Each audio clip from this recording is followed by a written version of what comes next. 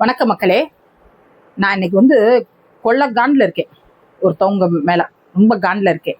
யாருன்னா அது பேர் ஒரு தற்கூரி சுத்திட்டு தெரியுது, மதுவாந்தின்னு. அது பேர் மதுவந்தி தான்.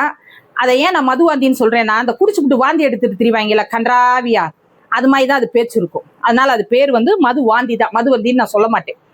அந்த தற்கூரி பேசியிருக்கு. என் மாமி என்ன பேசியிருக்க, எங்க தலைவருக்கு எங்க தலைவர் அந்த செயல் வீரர் கூட்டத்துல சொல்றாரு, என்னை பார்த்தா பயப்படுற மாதிரி தெரியுதா, என் மூஞ்சில எங்கேயாச்சும் பயம் தெரியுதா அப்படின்னு சொல்லிட்டு எங்க தலைவர் சொன்னாரு. அதுக்கு நீ என்ன சொல்லியிருக்க? ஏன் பயமா? இந்த மூஞ்சிக்கா? இந்த அழுத்தத்துக்கெல்லாம் அடங்கி போற ஆளா இந்த ஆளு? இந்த மூஞ்சா பார்த்தா அப்படியே தெரியுது உங்களுக்கு? இதே மூஞ்சி தானேங்க 41 பேர் செத்து போன அப்புறம் காணாம போச்சு கரூர்ல இருந்து.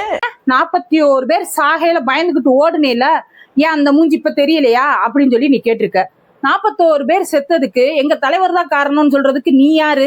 சிபிஐல அது இருக்கு, அதை பத்தி பேசுறதுக்கு நீ யாரு? முதல்ல எங்க தலைவர் பயந்துட்டோம் ஒன்றாவது சொன்னாரா, மதுவந்தி மேடம் நான் பயந்துட்டேன் அப்படின்னு? மணிப்பூர்ல 2 ராணுவ வீரர்கள் மனைவிய நிர்வாணப்படுத்தி மானபங்கப்படுத்தினாங்க. அங்க மோடி போனாரா? மோடி போனாரா? மணிப்பூர்ல சட்டமன்ற தேர்தல் நடக்கிற வரைக்கும் மோடி அங்க போகவே இல்லை. அப்ப மோடி பயந்துகிட்டு இருந்தாரா?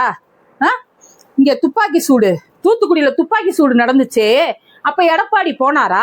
போய் பார்த்தாரா ஒருத்தவங்களையும்? அப்ப எடப்பாடி பயந்துகிட்டு இருந்தாரா? இதெல்லாம் நீ அவங்கள்ட்ட கேட்டு சொல்லுமா.